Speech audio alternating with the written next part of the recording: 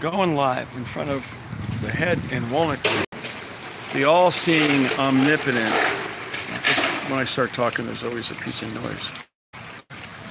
So, Pete Bennett, you might know who I am. Sorry, I'm still learning how to get this camera right.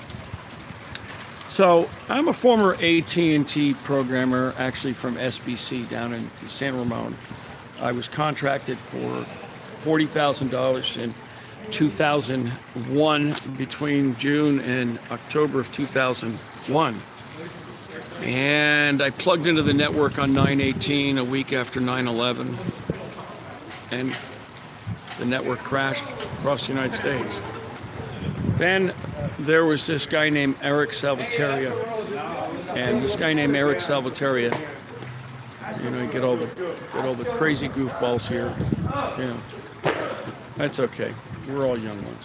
You can do stupid things like that when you drink. It's okay, as long as he gets to the end of the road without getting killed.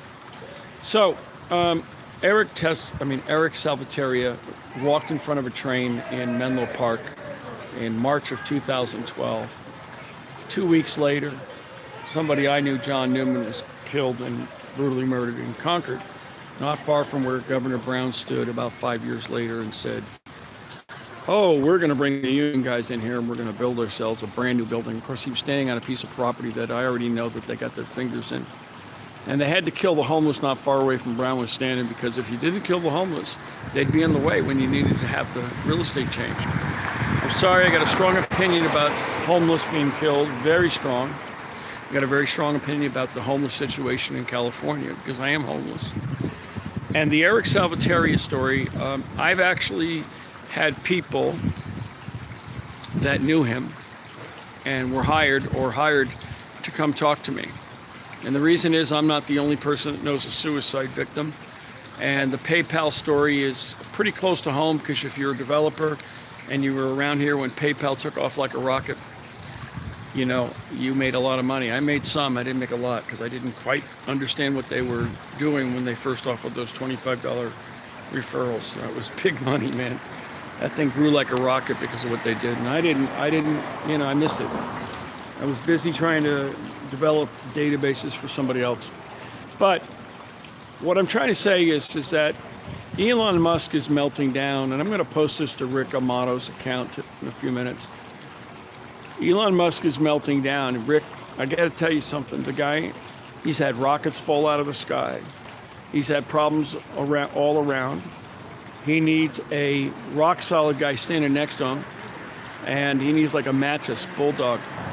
I don't think he has massive internal problems, but when you have growth, you have loyalty problems, and that's probably what he's dealing with. And he likes outsourcing, and that's probably another downfall for him. I have a lot of opinions about outsourcing and how it broke, but my friend over here, the head in Walnut Creek, not far from Tom B's office, what do you think about Elon Musk?